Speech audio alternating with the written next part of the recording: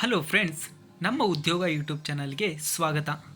ಇವತ್ತಿನ ಒಂದು ಸುದ್ದಿಯನ್ನು ನಾವು ನೋಡುವುದಾದರೆ, ಗೃಹಲಕ್ಷ್ಮಿ 29ನೇ ಕಂತಿನ ಹಣ ಇವಾಗಲೇ ಬಿಡುಗಡೆಯಾಗಿದೆ.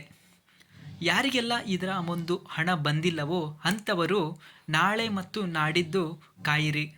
ಅಮೌಂಟ್ ಖಂಡಿತವಾಗಿಯೂ ನಿಮ್ಮ ಖಾತೆಗೆ ಬರುತ್ತದೆ. ಇಲ್ಲವಾದರೆ ಈ ಒಂದು ವಿಡಿಯೋವನ್ನು ಸಂಪೂರ್ಣವಾಗಿ ನೋಡಿ.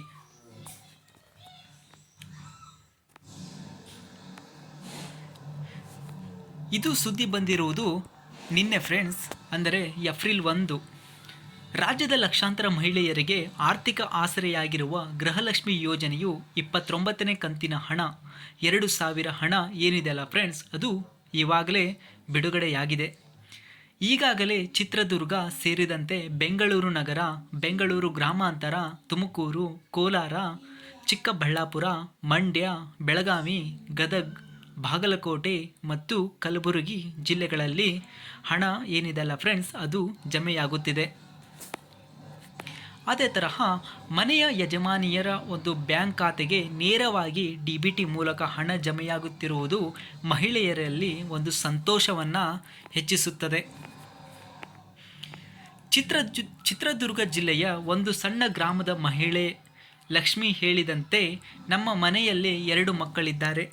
ತಿಂಗಳ ಕೊನೆಯಲ್ಲಿ ಈ 2,000 ಹಣ ಏನಿದೆಯಲ್ಲ ಫ್ರೆಂಡ್ಸ್, ಇದು ಅಡುಗೆಗೆ, ಮಕ್ಕಳ ಒಂದು ಶಿಕ್ಷಣಕ್ಕೆ ಸಹಾಯವಾಗುತ್ತದೆ ಅಂತಂದು ಅವರ ಒಂದು ಅನಿಸಿಕೆಯನ್ನು ಇಲ್ಲಿ ವ್ಯಕ್ತಪಡಿಸಿದ್ದಾರೆ.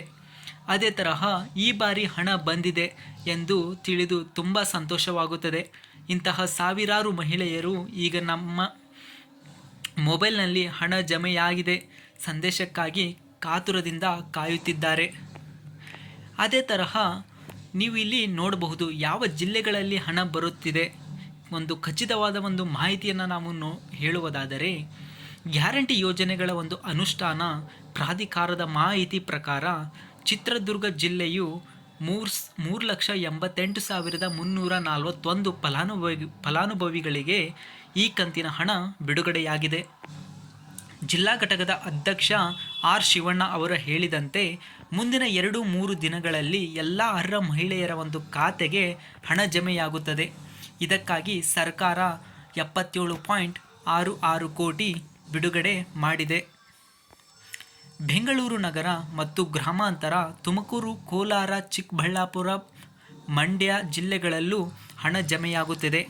ಹಣ ಬರುತ್ತಿರುವ ಜಿಲ್ಲೆಗಳ ಸಂಖ್ಯೆ ದಿನದಿಂದ ದಿನಕ್ಕೆ ಹೆಚ್ಚಾಗುತ್ತಿದೆ. ಇನ್ನು ಕೆಲವು ದಿನಗಳಲ್ಲಿ ರಾಜ್ಯದ ಬಹುತೇಕ ಜಿಲ್ಲೆಗಳಲ್ಲಿ ಎಲ್ಲ ಅರ್ಹ ಮಹಿಳೆಯರ ಖಾತೆಗೆ ಹಣ ತಲುಪುತ್ತದೆ ಎಂದು ಅಧಿಕಾರಿಗಳು ತಿಳಿಸಿದ್ದಾರೆ. ಮನೆಯಲ್ಲೇ ಹಣ ಜಮೆಯಾಗುವುದನ್ನು ಚೆಕ್ ಮಾಡುವುದು ಹೇಗೆ? ಬ್ಯಾಂಕಿಗೆ ಹೋಗಿ ಪಾಸ್ಬುಕ್ ಎಂಟ್ರಿ ಮಾಡಿಸುವ ಅಗತ್ಯವಿಲ್ಲ. ಮೊಬೈಲ್ನಲ್ಲೇ ಸುಲಭವಾಗಿ ಸ್ಟೇಟಸ್ ಏನಿದೆಯಲ್ಲ ಫ್ರೆಂಡ್ಸ್, ಅದನ್ನು ಚೆಕ್ ಮಾಡಿಕೊಳ್ಳಬಹುದು. ಅದು ಯಾವ ಥರ ಅಂತಂದರೆ, DBT ಕರ್ನಾಟಕ ಎಂಬ ಒಂದು ಅಪ್ಲಿಕೇಶನ್ ಇದೆ ಫ್ರೆಂಡ್ಸ್. ಅದನ್ನು ಗೂಗಲ್ ಪ್ಲೇಸ್ಟೋರಿನಲ್ಲಿ ಆ್ಯಪನ್ನು ಡೌನ್ಲೋಡ್ ಮಾಡಿಕೊಳ್ಬೇಕು. ಅದಕ್ಕೆ ಸಂಬಂಧಿಸಿದಂತೆ ಅದು ಒಂದು ಆಧಾರ್ ಕಾರ್ಡನ್ನು ಕೇಳುತ್ತೆ. ಆಧಾರ್ ಕಾರ್ಡ್ ನಂಬರನ್ನು ಅಲ್ಲಿ ಎಂಟರ್ ಮಾಡಿ ಒಂದು OTP ಮುಖಾಂತರ ಆ ಒಂದು ಅಪ್ಲಿಕೇಶನ್ನಲ್ಲಿ ನೀವು ಲಾಗಿನ್ ಆಗಬೇಕಾಗಿರುತ್ತದೆ. ಆ ಲಾಗಿನ್ ಆದ ನಂತರ ಅದರಲ್ಲಿ ಸುಮಾರು ಒಂದು ಸೆಷನ್ಗಳನ್ನು ಕಾಣಬಹುದು.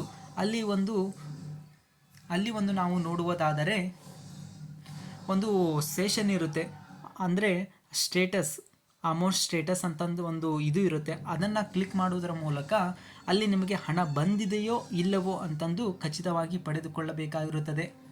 ಹಣ ಬಂದಿಲ್ಲವೇ ತಕ್ಷಣ ಈ ಕ್ರಮಗಳನ್ನು ಅನುಸರಿಸಿ. ಹೌದು ಫ್ರೆಂಡ್ಸ್, ಹಣ ಬಂದಿಲ್ಲ ಎಂದು ಗಾಬರಿಯಾಗಬೇಡಿ. ಬಹುತೇಕ ಪ್ರಕರಣಗಳಲ್ಲಿ ತಾಂತ್ರಿಕ ದೋಷಗಳೇ ಕಾರಣವಾಗಿರುತ್ತದೆ. ಮೊದಲು KYC ಪೂರ್ಣಗೊಳಿಸಿ.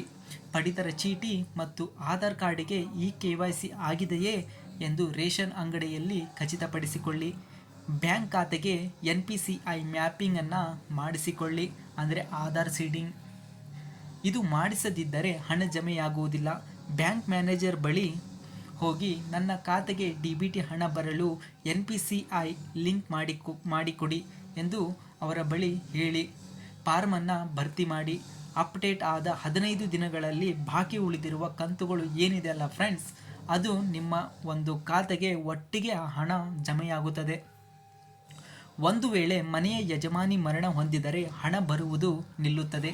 ಆದರೆ ರೇಷನ್ ಕಾರ್ಡಿನಲ್ಲಿ ಸೊಸೆ ಅಥವಾ ಮಗಳನ್ನು ಮನೆಯ ಯಜಮಾನಿ ಎಂದು ಬದಲಾವಣೆ ಮಾಡಿಕೊಂಡು ಹೊಸದಾಗಿ ಅರ್ಜಿಯನ್ನು ಸಲ್ಲಿಸಬೇಕಾಗಿರುತ್ತದೆ.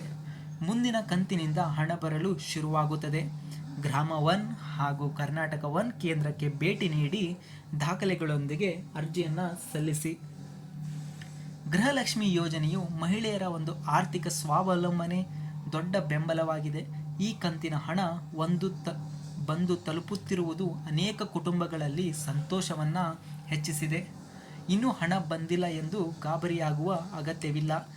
KYC ಮತ್ತು NPCI ಮ್ಯಾಪಿಂಗ್ ಪೂರ್ಣಗೊಳಿಸಿ. ತಾಳ್ಮೆಯಿಂದ ಕಾಯುವುದು ಉತ್ತಮ. ಸರ್ಕಾರದ ಈ ಒಂದು ಗ್ಯಾರಂಟಿ ಯೋಜನೆಯು ನಿಮ್ಮ ಮನೆಯ ಆರ್ಥಿಕ ಭದ್ರತೆಗೆ ಸದಾ ಒಂದು ರೀತಿಯ ಹೆಲ್ಪನ್ನು ಮಾಡುತ್ತದೆ. ಅದೇ ತರಹ ತಕ್ಷಣವೇ ಒಂದು DBT ಕರ್ನಾಟಕ ಅಪ್ಲಿಕೇಶನನ್ನು ಡೌನ್ಲೋಡ್ ಮಾಡಿ ಸ್ಟೇಟಸನ್ನು ಚೆಕ್ ಮಾಡಿ. ಇದೇ ಫ್ರೆಂಡ್ಸ್ ಇವತ್ತಿನ ಒಂದು ಮಾಹಿತಿ.